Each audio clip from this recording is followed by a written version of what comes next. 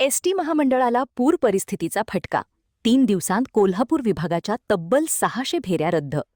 कोल्हापूर जिल्ह्यातील पूर परिस्थितीचा फटका आता राज्य परिवहन महामंडळालाही बसला आहे.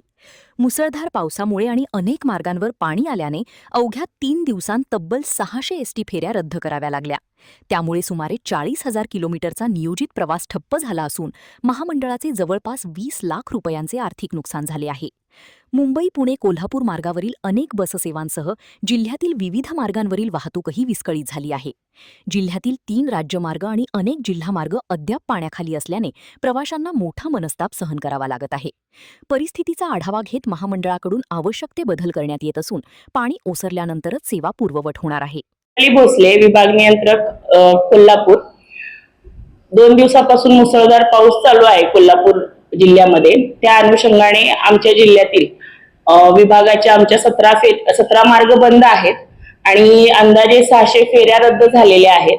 त्या अनुषंगाने आपले जवळजवळ 40,000 किलोमीटर रद्द आहेत आणि अंदाजे नुकसान आमचं 20 लाख पर्यंत बुडालेलं उत्पन्न आहे. तर या अनुषंगाने आम्ही सर्व प्रवाशांना एक सांगू इच्छितो, आवाहन करू इच्छितो की आम्ही ज्या ज्या मार्गांवरती पर्यायी मार्ग उपलब्ध असतील त्या मार्गांवरून प्रवासी वाहतूक करत आहोत. त्या अनुषंगाने लोकांनी पर्यायी मार्गाचा अवलंब करण्यात यावा आणि घाबरून न जाता आम्ही तशा प्रकारे चालक वाहकांना देखील सूचना दिलेल्या आहेत की पुलावरून जर का पाणी वाहत असेल तर गाडी पुलाच्या पाण्यामध्ये घालू नये आणि प्रवाशांच्या जीवितास धोका येणार नाही त्यामुळे तुम्ही सुरक्षितपणे वाहन चालवा एवढं सांगते.